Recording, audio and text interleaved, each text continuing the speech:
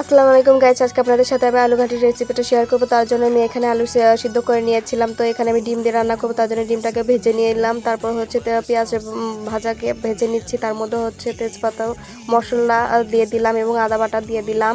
তো সেগুলাকে দেওয়ার পর হলুদের গুঁড়া দিয়ে দিলাম। দেওয়ার পর মশলাটা কষে নেবো। এখানে আমি মরিচ দিতে ভুলে গিয়েছি, মরিচটাও দিয়ে নিলাম।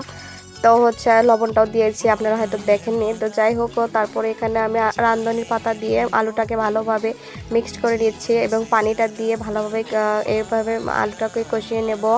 তো কষানো হয়ে গেলে আমার হচ্ছে এখানে ডিমগুলোকে ছেড়ে দিব। তো এখানে আমরা হচ্ছে মুরগির মাংস বা গরুর মাংস দিয়েও খেতে পারি। বছরের শুরুতে আমরা অনেকে পিকনিক খাই। বগুড়ার লোকজন আলু ঘাটি খুবই পছন্দ করে, যেমন আমরা অনেকটাই পছন্দ করি এবং মাঝে মাঝে করে খাই। কিন্তু নতুন আলু দিয়ে পিকনিক করে খেতে খুবই মজা লাগে এবং আলু ঘাটিটা খুবই টেস্টি হয়। বাসায় পারলে আপনারা ট্রাই করতে পারেন। সো বাই বাই এভরিওয়ান, এবং আমার ভিডিওটা ভালো লাগলে অবশ্যই শেয়ার করবেন।